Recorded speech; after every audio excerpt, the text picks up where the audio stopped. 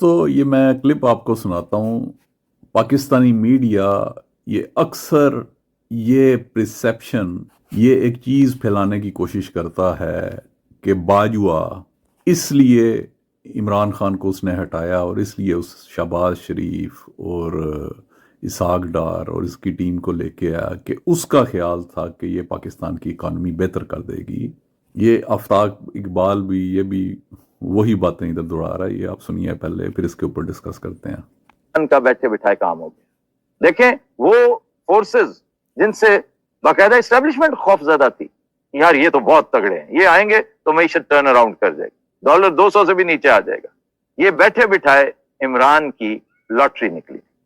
अच्छा, ये इसमें अब ये सबको पता है कि बाजवा के जिस तरह अरबों के उसकी सिर्फ उसके ख़ानदान के असासे निकले हैं, उसकी बीवी के, बहू के, मिठू कबाड़िए के।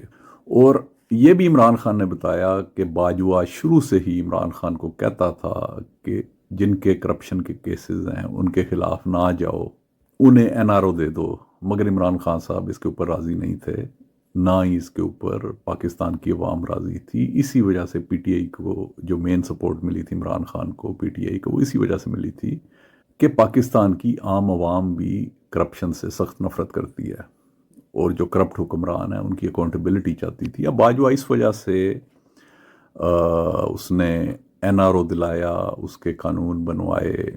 जिस तरह कहा जाता है, कुछ बड़े जो अच्छे एंकर्स हैं उन्होंने बताया भी कि उसके अपने वो खुद इस चीज़ के अंदर मुलविस था और इस तरह के नैब के कवानीन बनाए गए। जिस तरह आपने देखा कि 50 करोड़ से नीचे जिसने करप्शन किया उसे नैब कुछ कह ही नहीं सकता, और जिसने बीवी के नाम के पे या बच्चों के नाम पे असासे बनाया उसे भी कुछ नहीं कहा जा सकता। एक मजाका खेज किस्म के काले कानून बनवाए इसने। और ये भी कहा गया है कि जो नैब के कवानीन थे इसके पीछे भी बाजवा था। और ये दिस इज टोटली नॉनसेंस।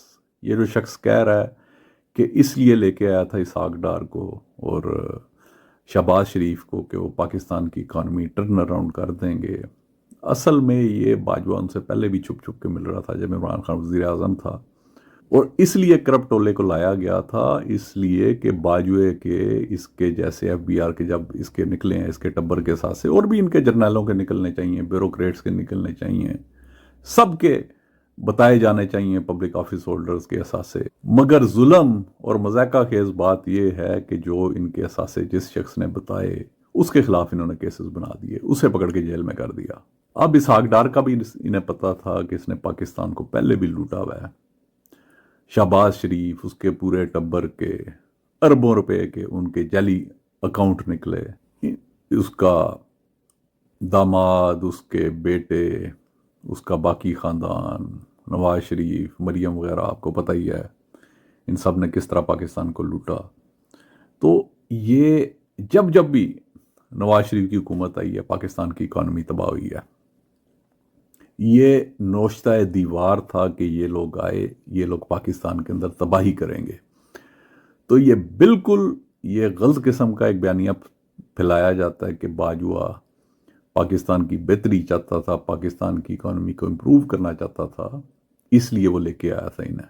ये इसलिए आए थे कि इन्हें नज़र आ रहा था कि इमरान खान ने $20 बिलियन ख़जाने के अंदर भर दिया है, जीडीपी ठीक जा रही है। ये ख़जाने की दोबारा लूट मार करने के लिए लाए गए थे और अपने केसेस ख़त्म करने के लिए लाए गए थे, एनआरओ देने के लिए लाए गए थे। और एक और जुल्म, अब कई साल इसहाक डार जब वो बना था सेनेटर तो वो असेंबली में भी नहीं आया, सेनेट में भी नहीं आया, मगर उससे सारी पिछली तनख्वाहें भी दी गई। उसके जो घर थे वो भी उन्हें वापस किए गए, सारे इन्होंने केसेस ख़त्म कराए, लूट मार की। तो ये बहुत से आपको और भी बहुत से लफाफा साफ़ी मिलेंगे जो इस तरह की बात कह रहे होंगे कि बाजवा तो बेहतरी चाहता था इसलिए वो इसे लेके आया। अब बाजवा अलीम खान को भी लगाना चाहता था, जो कि अब सबको भी पता है कि इसका ससुर Ejaz Amjad, major general retired, उसका ही वो बिजनेस पार्टनर था। मिठू कबाड़िया जो इसका समधी है, उसका भी बिजनेस पार्टनर था अलीम खान।